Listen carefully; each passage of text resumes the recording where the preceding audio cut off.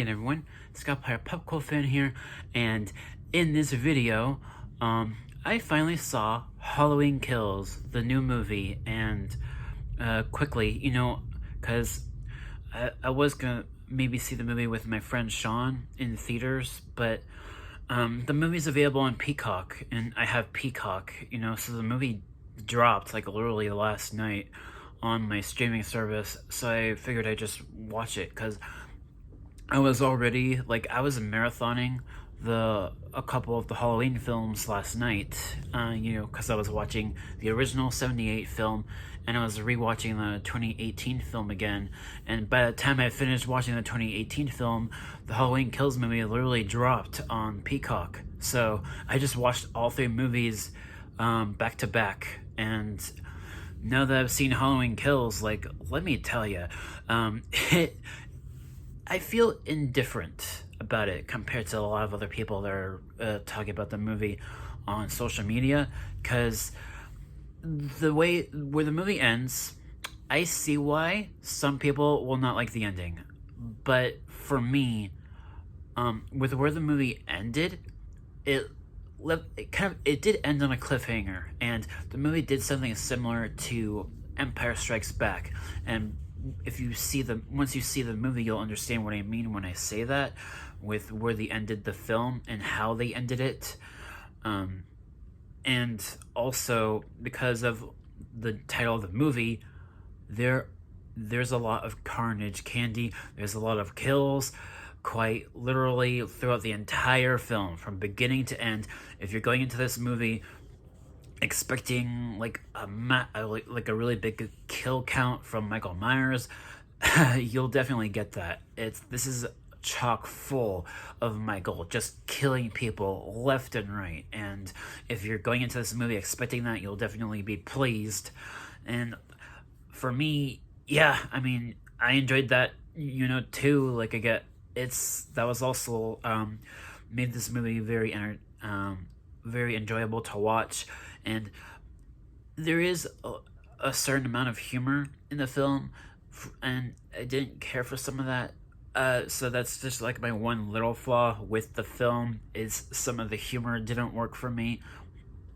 And then that's really the only other flaw. The only flaw I can really think of at the moment about the movie is just some of the humor that didn't work for me. But other than that, though, I loved this movie, because it continues the story from the 2018 film, yes, but it also continues the story from the original film, because there's flashbacks in this movie that harken back to the events of the original '78 film. And just with the way that the movie was shot during those flashback scenes, and what they did with some of the characters in the flashback scenes, it definitely helped raise the stakes. And there's quite a few characters in this movie that were originally kind of background characters in the previous movies. There's the character of Lonnie. He was one of the trick-or-treaters in the original '78 film, and he has a very important role in this new movie. And there were a couple of trick-or-treaters in the Halloween 2018 film that also had more of a presence in this movie.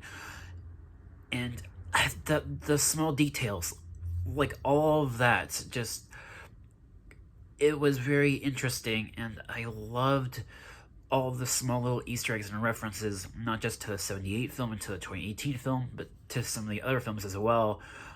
Even though this new trilogy of films ignores the events of a lot of the older films, it does have Easter eggs and references to those other sequel films that have been coming out ever since the original. And this movie, it was very grounded, and there are a few things addressed in this movie that have never really been addressed before. I mean, it has to a certain extent in one of the older Halloween films, but the ramifications of Michael just being unleashed onto this town affects everyone in the town. And because of that, there's this mob mentality. And one of the characters from the original film,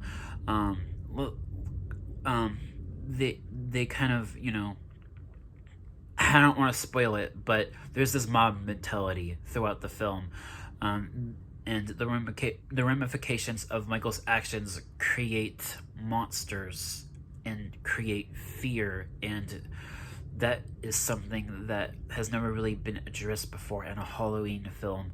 And this movie explored that concept of what fear can do within a community, and I loved that about this movie.